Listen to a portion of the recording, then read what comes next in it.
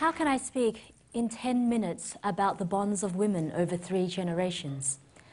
About how the astonishing strength of those bonds took hold in the life of a 4-year-old girl, huddled with her young sister, her mother and her grandmother, for 5 days and nights in a small boat in the China Sea more than 30 years ago.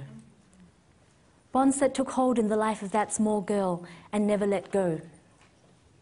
That small girl now living in San Francisco and speaking to you today. This is not a finished story. It is a jigsaw puzzle still being put together. Let me tell you about some of the pieces. Imagine the first piece, a man burning his life's work. He is a poet, a playwright, a man whose whole life had been balanced on the single hope of his country's unity and freedom. Imagine him as the communists enter Saigon, confronting the fact that his life had been a complete waste. Words for so long, his friends now mocked him. He retreated into silence. He died broken by history. He is my grandfather. I never knew him in real life. But our lives are much more than our memories.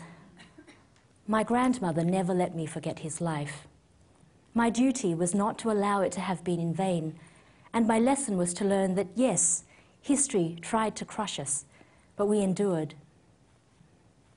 The next piece of the jigsaw is of a boat in the early dawn, slipping silently out to sea. My mother Mai was 18 when her father died, already in an arranged marriage, already with 2 small girls.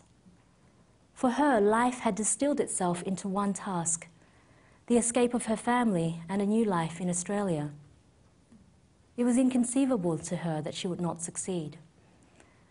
So after a 4-year saga that defies fiction, a boat slipped out to sea disguised as a fishing vessel. All the adults knew the risks. The greatest fear was of pirates, rape, and death. Like most adults on the boat, my mother carried a small bottle of poison. If we were captured, first my sister and I, then she and my grandmother would drink. My first memories are from the boat. The steady beat of the engine, the bow dipping into each wave, the vast and empty horizon. I don't remember the pirates who came many times but were bluffed by the bravado of the men on our boat, or the engine dying and failing to start for 6 hours.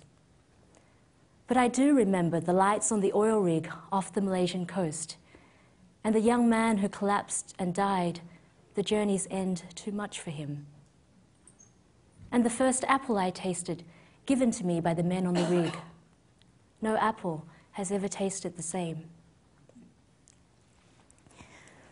After 3 months in a refugee camp, we landed in Melbourne, and the next piece of the jigsaw is about 4 women across 3 generations, shaping a new life together. We settled in Footscray, a working-class suburb whose demographic is layers of immigrants. Unlike the settled middle-class suburbs whose existence I was oblivious of, there was no sense of entitlement in Footscray. The smells from shop doors were from the rest of the world, and the snippets of halting English were exchanged between people who had one thing in common. They were starting again. My mother worked on farms, then on a car assembly line, working 6 days, double shifts. Somehow she found time to study English and gain IT qualifications. We were poor. All the dollars were allocated, and extra tuition in English and mathematics was budgeted for, regardless of what missed out, which was usually new clothes. They were always second-hand. 2 pairs of stockings for school, each to hide the holes in the other. A school uniform down to the ankles because it had to last for 6 years. And there were rare but searing chants of slit eye and the occasional graffiti, Asian go home. Go home to where? Something stiffened inside me. There was a gathering of resolve and a quiet voice saying, I will bypass you. My mother, my sister and I slept in the same bed. My mother was exhausted each night, but we told one another about our day and listened to the movements of my grandmother around the house. My mother suffered from nightmares, all about the boat. And my job was to stay awake until her nightmares came so I could wake her. She opened a computer store, then studied to be a beautician and opened another business. And the women came with their stories about men who could not make the transition, angry and inflexible, and troubled children caught between two worlds. Grants and sponsors were sought, centres were established. I lived in parallel worlds.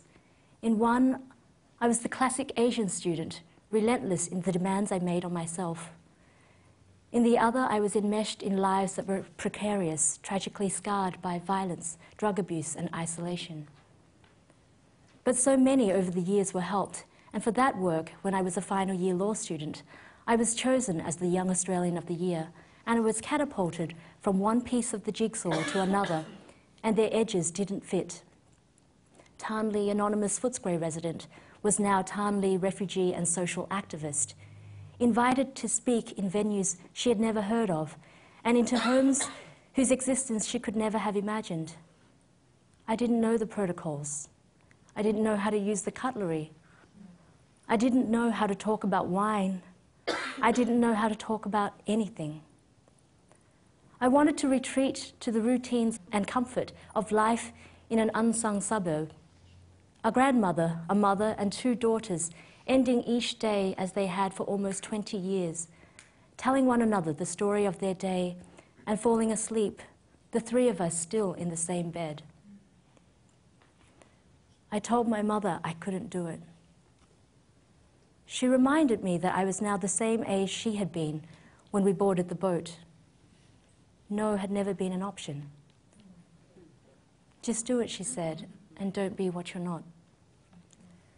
So I spoke out on youth unemployment and education and the neglect of the marginalised and disenfranchised. And the more candidly I spoke, the more I was asked to speak. I met people from all walks of life, so many of them doing the thing they loved, living on the frontiers of possibility. And even though I finished my degree, I realised I could not settle into a career in law. There had to be another piece of the jigsaw. And I realised at the same time that it is okay to be an outsider, a recent arrival, new on the scene. And not just okay, but something to be thankful for, perhaps a gift from the boat. Because being an insider can so easily mean collapsing the horizons, can so easily mean accepting the presumptions of your province. I had stepped outside my comfort zone enough now to know that, yes, the world does fall apart, but not in the way that you fear. Possibilities that would not have been allowed were outrageously encouraged. There was an energy there, an implacable optimism, a strange mixture of humility and daring. So I followed my hunches. I gathered around me a small team of people for whom the label, "it can't be done," was an irresistible challenge. For a year we were penniless. At the end of each day I made a huge pot of soup which we all shared. We worked well into each night. Most of our ideas were crazy, but a few were brilliant, and we broke through. I made the decision to move to the US after only one trip. My hunches again. 3 months later, I had relocated, and the adventure has continued. Before I close, though, let me tell you about my grandmother. She grew up at a time when Confucianism was the social norm, and the local Mandarin was the person who mattered. Life hadn't changed for centuries. Her father died soon after she was born. Her mother raised her alone. At 17, she became the second wife of a Mandarin whose mother beat her. With no support from her husband, she caused a sensation by taking him to court and prosecuting her own case, and a far greater sensation when she won.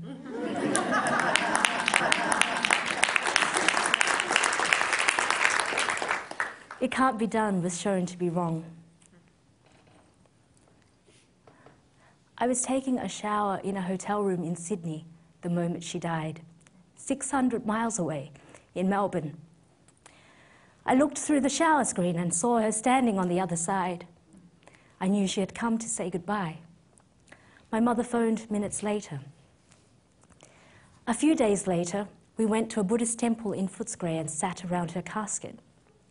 We told her stories and assured her that we were still with her. At midnight, the monk came and told us he had to close the casket. My mother asked us to feel her hand. She asked the monk, why is it that her hand is so warm and the rest of her is so cold? Because you have been holding it since this morning, he said. You have not let it go.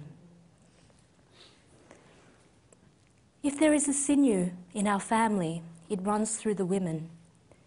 Given who we were and how life had shaped us, we can now see that the men that might have come into our lives would have thwarted us. Defeat would have come too easily. Now I would like to have my own children, and I wonder about the boat. Who could ever wish it on their own?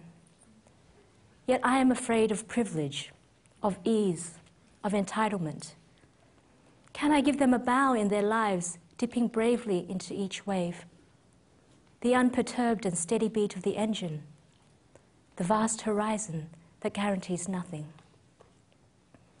I don't know, but if I could give it and still see them safely through, I would.